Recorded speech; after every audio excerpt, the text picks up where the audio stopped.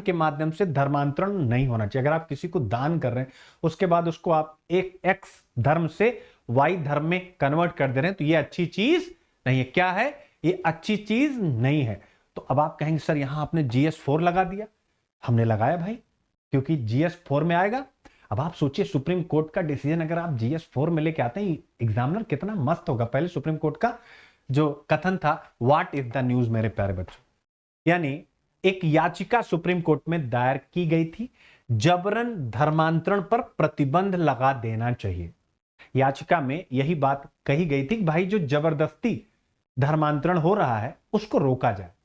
याचिका दायर की गई, सुप्रीम कोर्ट ने याचिका पर सुनवाई की और सुप्रीम कोर्ट ने कहा कि दान का उद्देश्य, अगर आप किसी को दान दे रहे हैं तो इसका उद्देश्य धर्मांतरण नहीं होना चाहिए, यानी दान और धर्मांतरण एक साथ नहीं चलने चाहिए। हर दान या अच्छे काम का स्वागत, उन्होंने कहा दान का हम वेलकम करते हैं लेकिन नियत पर भी विचार किया जाना चाहिए, यानी नियत कि आपकी नियत क्या है। भाई धर्मांतरण है क्या नियत? आई होप आप समझ गए होंगे, यानी नियत पर भी विचार करने की आवश्यकता। तो ये रहा सुप्रीम कोर्ट का ये विषय, जिस पर यानी याचिका पर सुप्रीम कोर्ट ने जो कहा। तो एडिटोरियल राइटर ने इसी पर एक एडिटोरियल लिख दिया कि ये जो दान और धर्मांतरण है, अगर महात्मा गांधी के आदर्शों को अपनाया जाए तो शायद दान के साथ धर्मांतरण होगा ही नहीं। दान तो केवल दान के लिए और सोशल वेलफेयर, सामाजिक कल्याण के लिए होगा।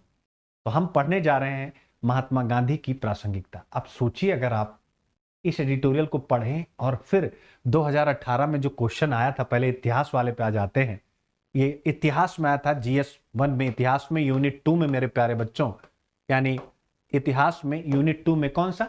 18वीं शताब्दी के मध्य से लेकर वर्तमान समय तक महत्वपूर्ण व्यक्तित्व एंड सो ऑन। ठीक है, कौन महत्वपूर्ण व्यक्तित्व एंड सो ऑन। तो आप देख सकते हैं वर्तमान समय में महात्मा गांधी के विचारों के महत्व पर प्रकाश डालिए। Throw light on the significance of thought of Mahatma Gandhi. लीजिए, मैं कुछ नहीं कह रहा हूं, कह रहा है वर्तमान समय में महात्मा गांधी के विचारों के महत्व पर प्रकाश डालिए। एडिटोरियल ही लिखा जा रहा है वर्तमान समय में महात्मा गांधी के विचारों का महत्व। मैं नहीं लिख रहा हूं, ना मैं आपको कुछ सिखा रहा हूं। देखिए, supreme court on charity and conversion, the answer में lies in the word of Mahatma Gandhi. दान और धर्मांतरण पर सुप्रीम कोर्ट का जवाब महात्मा गांधी के शब्दों में हो सकता है।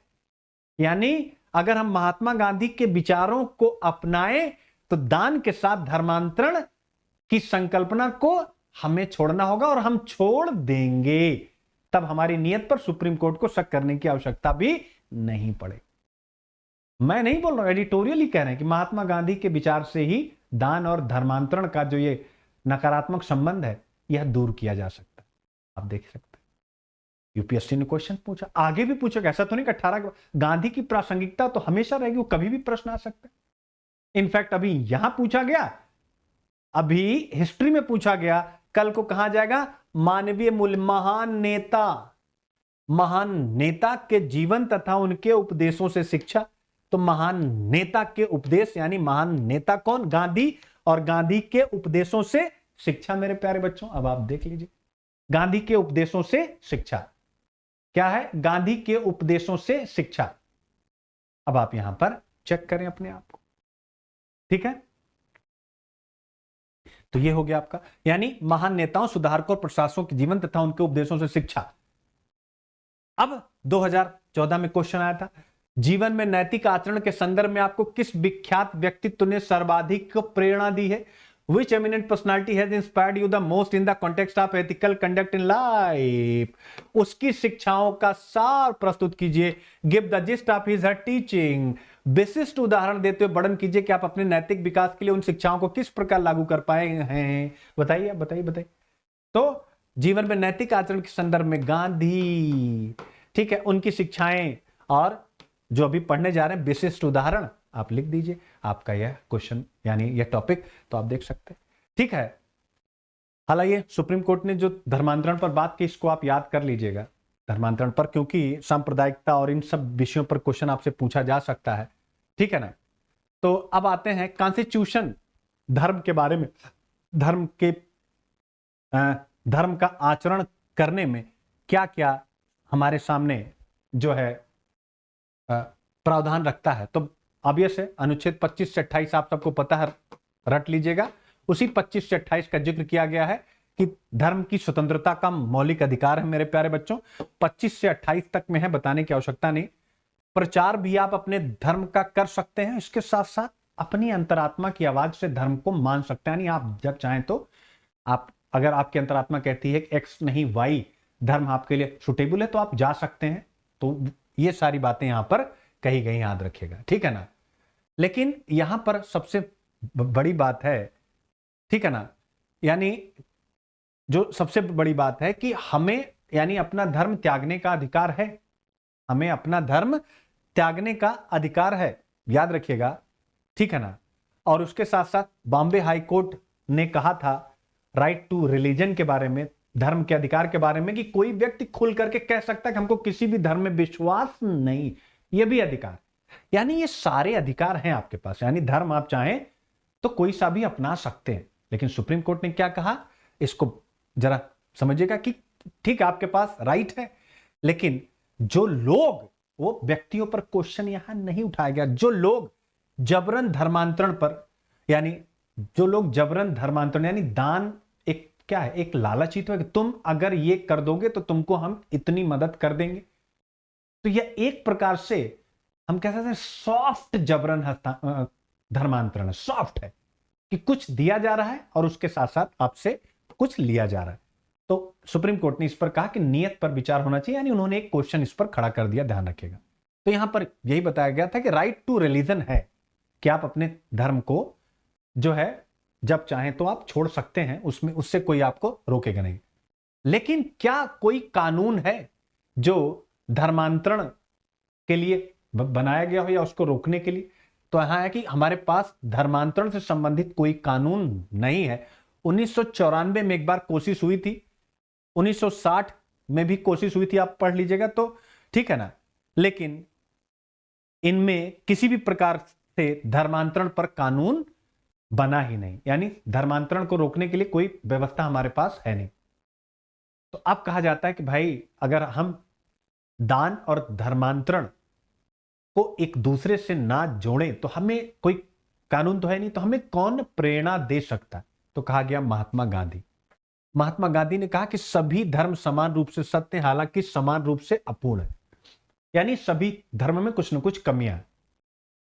और याद रखें, उन्होंने कहा कि लोगों को दूसरों को परिवर्तित करने के बजाय अपने स्वयं के धर्म को सुधारने पर ध्यान देना चाहिए। बस यही स्टेटमेंट रखती, यही स्टेटमेंट, यानी धर्मांतरण पर यही स्टेटमेंट गांधी जी का आपको लगाना। उन्होंने कहा कि दूसरों को परिवर्तित करने के बजाय पहले अपने धर्म में जो कमियां हैं, हालांकि समान रूप से अपूर्ण है, सभी धर्म सत्य हैं लेकिन अपूर्ण है, तो जो अपूर्णता है उस पर काम करिए, दूसरों के धर्म को परिवर्तित करने पर विचार मत करिए। यही एडिटोरियल राइटर के अनुसार गांधी जी के विचार हैं, जो वर्तमान में धर्मांतरण की समस्या का समाधान है, लिख दीजिएगा।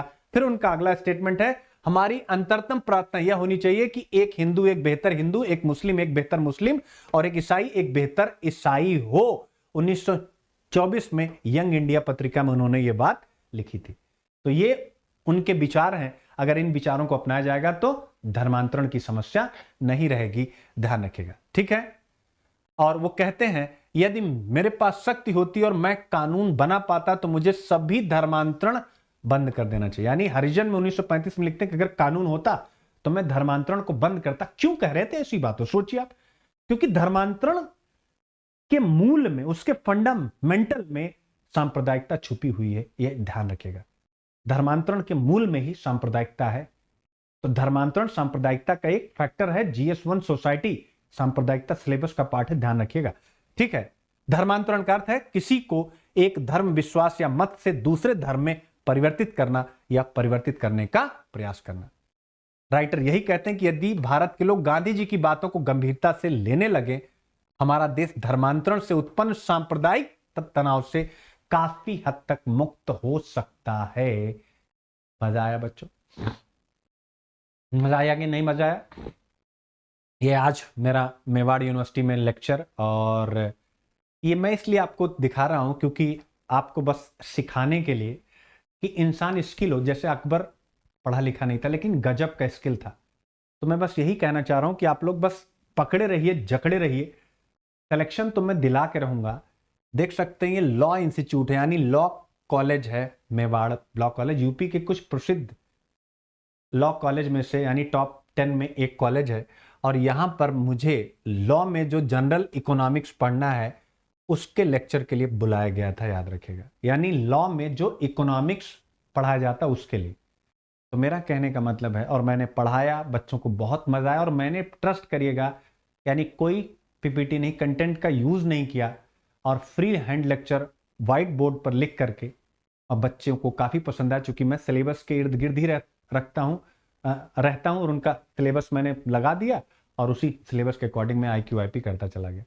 तो बस यही कहना चाह रहा हूँ, जब लॉ के बच्चों को मैं पढ़ा सकता हूँ तो आप सोचिएगा, यानी जो BA LLB की डिग्री है, तो मैं आपके लिए कुछ भी कर सकता हूँ। यानी यूपीएससी तो मेरी मतलब समझ सकते हैं, मेरी अंतरात्मा है, तो उसके लिए तो मैं कुछ भी कर सकता हूँ। तो प्लीज़ मेहनत करते चलिए, और ये आपको केवल मोटिवेट करने के लिए है, ये केवल मोटिवेट करने के लिए, जब आप अच्छा काम करते हैं। मैं अपने आप को सौभाग्यशाली मानता हूँ, चांसलर साहब मतलब इतनी बड़ी पर्सनालिटी, और अपने मतलब ऑलवेज मेरे साथ, यानी कि वो बाहर तक आए, मुझे गाड़ी तक लेके आए, ये बहुत बड़ी बात होती है, ये उनकी ग्रेटनेस है। मैं अपने लिए कुछ नहीं कर रहा, मैं बताना चाह रहा हूँ कि अगर आप में मेहनत है, टैलेंट करने का मतलब आपका टैलेंट अच्छा है, और आप में मेहनत करने का जुनून है, जज्बा है, तो आपको हर जगह पर सम्मान मिलेगा, और हमेशा मिलेगा, ध्यान रखिए। तो प्लीज मेहनत करना बंद मत करिए। आप यूपीएससी को ऐसे पढ़िए कि बाई चांस मेरी तरह